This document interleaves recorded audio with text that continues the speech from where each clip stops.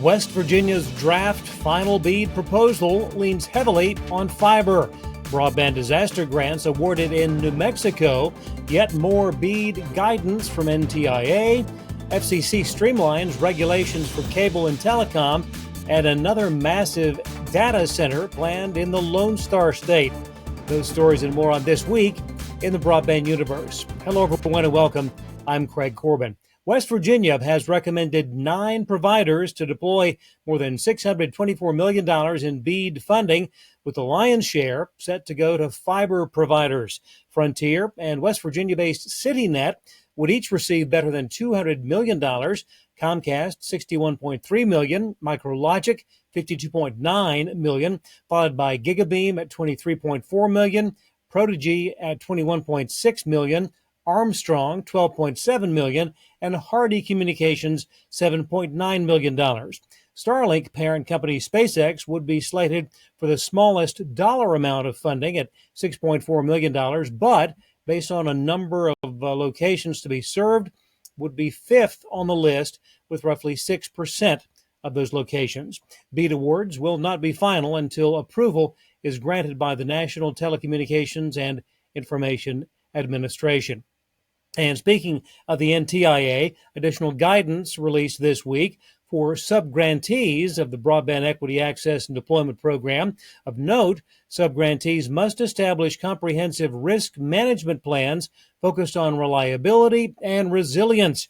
The plans should address both physical and digital disruption stemming in part from natural disasters such as wildfires, flooding, tornadoes, and hurricanes.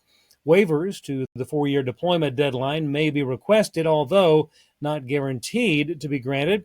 Also of note in the latest guidance, BEAD subgrantees must propose at least one low-cost broadband option available to eligible subscribers for at least 10 years. $1.2 million has been awarded to restore high-speed services in Lincoln County, New Mexico. OBI, the New Mexico Office of Broadband Access and Expansion, made the grants from the state's American Rescue Plan Act allocation to assist communities hard hit by wildfires and flooding.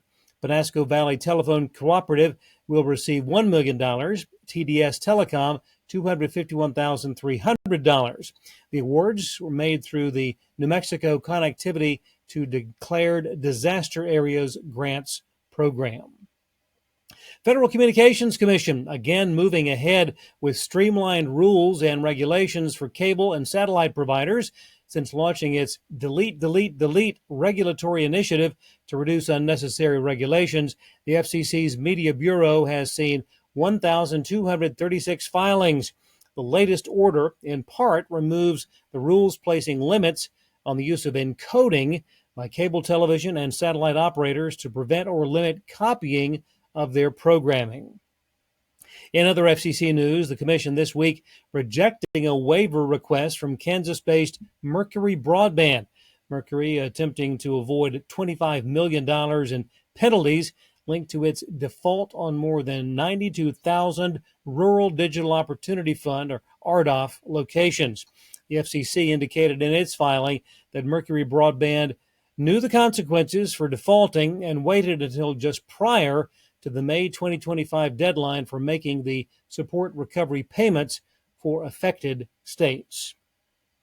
Plans for what is being called a mega data center campus in Shackelford County, Texas, unveiled this week by Vantage Data Centers. Vantage, a hyperscale data center company backed by Digital Bridge Group. The 1.4 gigawatt project being called Frontier and will create more than 5,000 jobs during construction and ongoing operations. The mega campus will feature more than 10 data centers totaling 3.7 million square feet, and it will cover more than 1,200 acres. Construction already underway, the first building set for delivery by late 2026. Investment on the project expected to be in excess of $25 billion.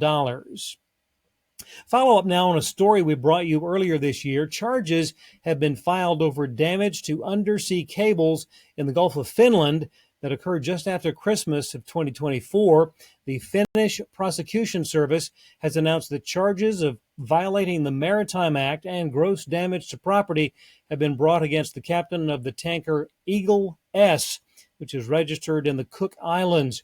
2 undersea telecommunications cables were severed in the incident.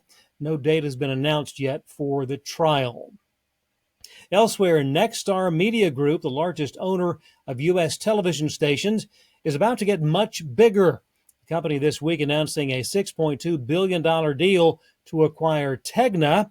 Nexstar currently has over 200 TV stations. Tegna, the largest owner of top network affiliate stations, those are ABC, CBS, NBC, and Fox affiliates in the top 25 U.S. markets. Tegna has a total of 64 of those stations. The combined total of 265 will give Nexstar a presence in 132 of the 210 U.S. TV markets. And finally, it's looking more and more like NBC Universal is closing in on a 3-year deal to carry Major League Baseball games on Sunday. That, according to the Wall Street Journal. Netflix evidently has its eyes on the Home Run Derby, and ESPN wants to include the MLB.TV streaming service in its new direct-to-consumer outlet that was just unveiled. None of the parties involved have made official comments as of yet, but we will keep you posted. Well, thanks for watching. We'll see you next time on This Week in the Broadband Universe.